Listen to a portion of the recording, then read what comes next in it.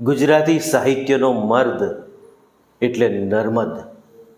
ગુજરાતી ભાષામાં નવી આબોહવા નર્મદે ઊભી કરી છે.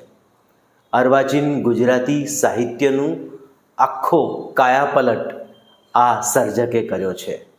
દાંડીઓ નામના સામયિક દ્વારા સમાજની કુરિવાજને એમણે સતત અને સખત શબ્દોમાં વખોડી કાઢ્યા છે. મંડળી મળવાથી થતા લાભો ગુજરાતી ભાષાને પહેલીવાર આવો અદ્ભુત નિબંધ મળે છે.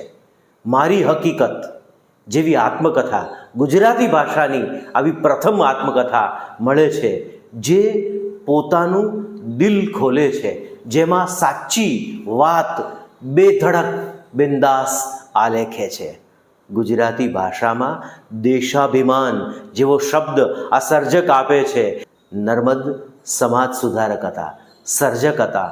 કેટલા વિશેષણો એમની પાસે મૂકી શકાય, પણ તમામ વિશેષણો પાંખા પડે, પર્યાય ઝાંખા પડે એમના સર્જન માટે.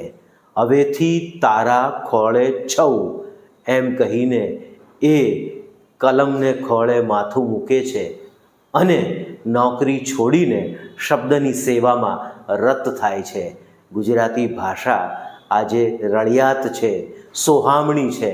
એના પાયાના પથ્થર તરીકે નર્મદને યાદ કરવા રહ્યા અને એમને વારંવાર વંદન કરવા રહ્યા.